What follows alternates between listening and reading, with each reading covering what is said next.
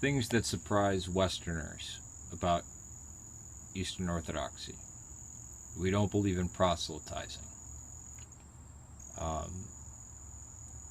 Sin, the definition of sin, is an archery term that means to miss the mark. It's not transgression of the law. There is no belief in penal substitution or necessary satisfaction concerning the crucifixion. There is no blood atonement belief in Orthodoxy. We don't believe in original sin.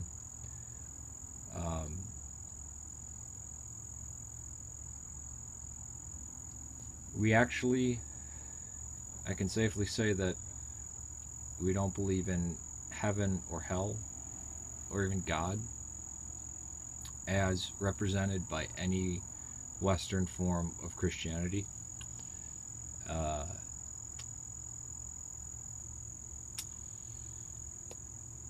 You can be an excommunication, but not anathematized or in anathema. For instance, I'm currently excommunicated, and that's just because I haven't gone to confession and I haven't taken the Eucharist in a long while. All I need to do is go to confession, and then I could take the Eucharist, and I'd be back in communion.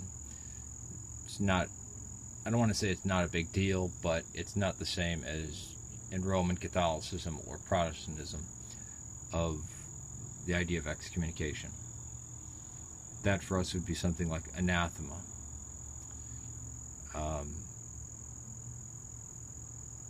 What else? Oh yeah, there has been no changes to our worship, at least from 397. Possibly earlier, but the records get shoddy.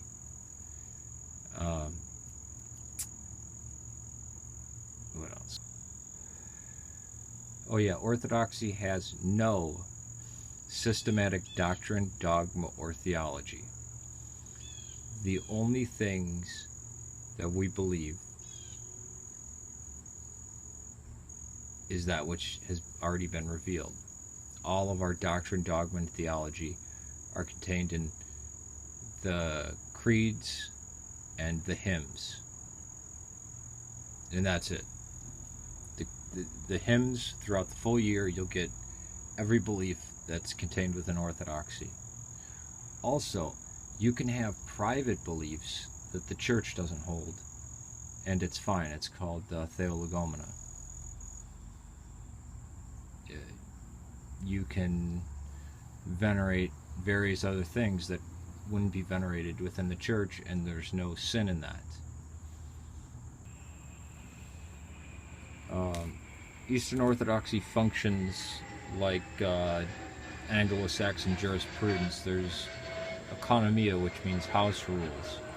So there could be, various statements and various fasting rules, and they can be basically said not to follow them, and you'd still be fasting. I mean, during Lent, if a woman is pregnant and she eats whatever she wants, she is technically holding the fullness of the fast. Now, if she tries to fast, which would injure the life within her, she is considered breaking the fast.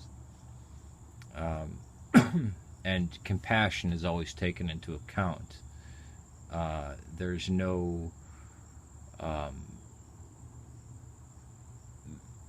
there's never been a top-down, or there's really nobody that has power over another individual, because all must submit to the creeds.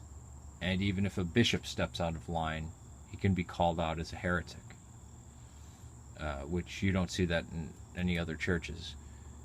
And it's the grandmothers that have the greatest amount of respect. They're the ones that are the bosses in the parishes. They're even held in a higher regard than the parish priest.